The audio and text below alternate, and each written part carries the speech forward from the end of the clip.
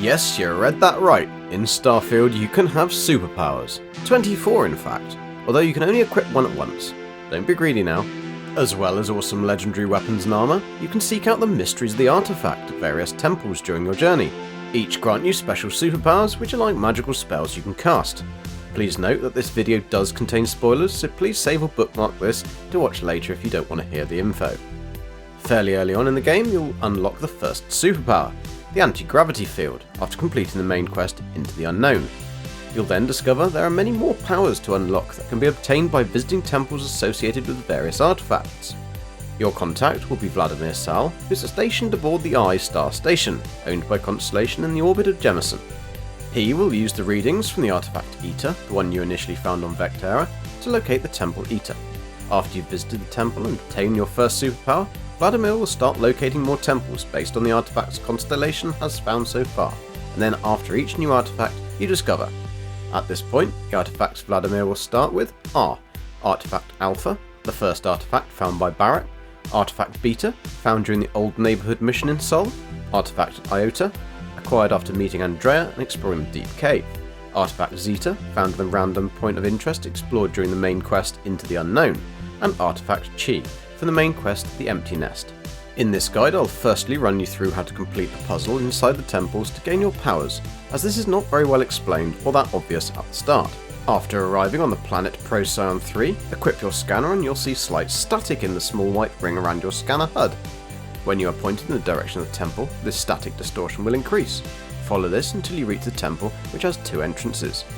On entering the temple, you'll realise there is zero gravity, then several large rings will rise up out of the ground and start to spin. In order to complete the puzzle, you need to charge up the spinning rings by moving through the glowing orbs of light that will randomly appear around the room.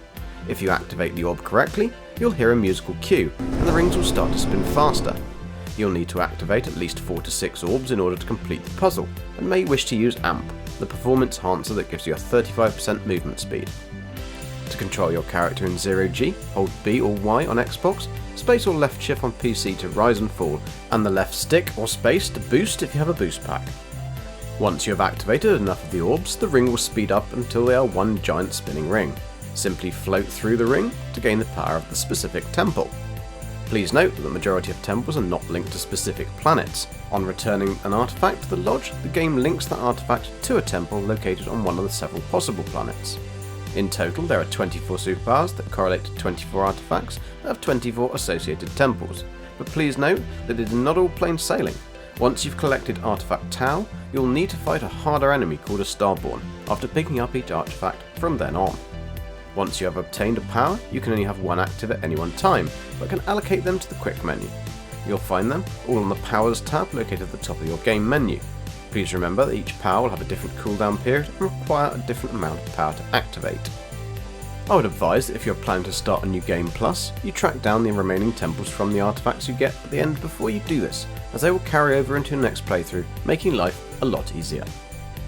The following powers are in the order you'll obtain them in game with a brief description of which each one does. They are also timestamped for ease of reference.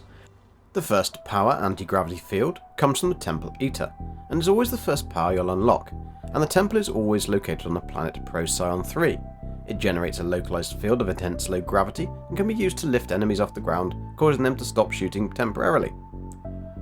The Personal Atmosphere power comes from the Temple Alpha, and refills your oxygen meter, allowing you to run freely or move fast while encumbered, so very useful for all those loot goblins out there.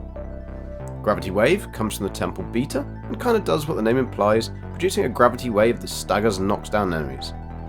Sense Star Stuff power comes from the Temple Chi, and allows you to see all enemies and NPCs as glowing silhouettes, little like how Berry Mentats works in Fallout 76. This can be useful to find that last little git hiding behind the cover. Precognition is from the Temple Iota, and enables you to see into the future and visualize the future actions of others, physical or conversational.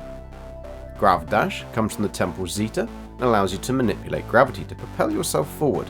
This also briefly increases the damage you inflict. This doesn't consume much power, so quite a neat little trick.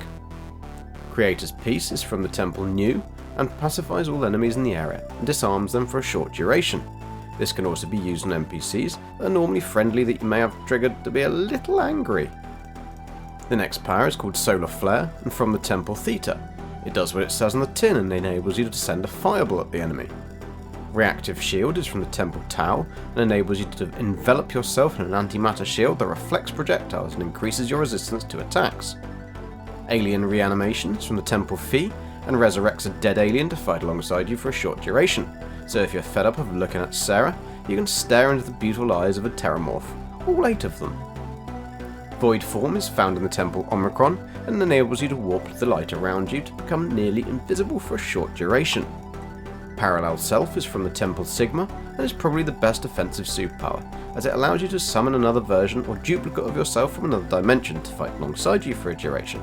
Your double will have the exact same weapon equipped, but it does allow you to take cover, so therefore equip your best weapon and let your double do all the hard work whilst you munch away on some cheesy chunks.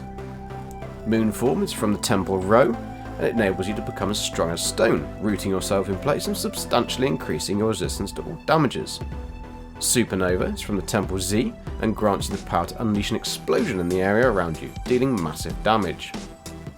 Elemental Pull is from the Temple Psi and is pretty useful as it basically mines minerals and metals from planet's surface and pulls them towards you, saving you the pain in the arse job of mining them yourself.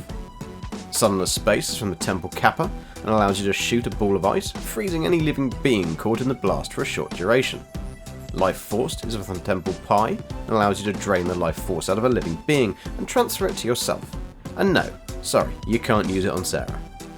Earthbound is found in the Temple Epsilon and allows you to change the gravity around you to Earth's gravity levels for a short duration. Pretty useful in some irritating situations.